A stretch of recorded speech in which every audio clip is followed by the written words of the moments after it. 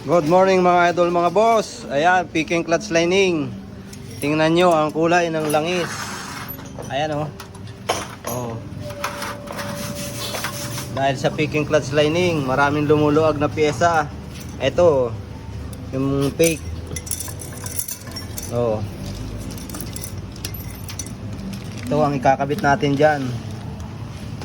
Genuine parts ng Kawasaki.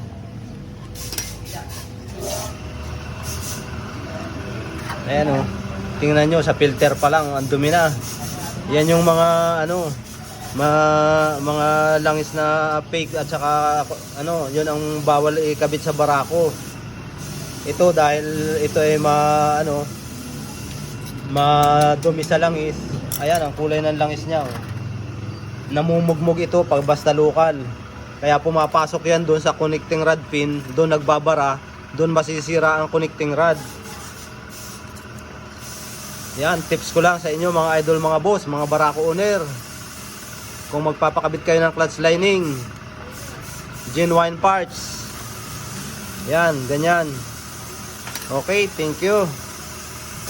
Ayan o, Barako 2.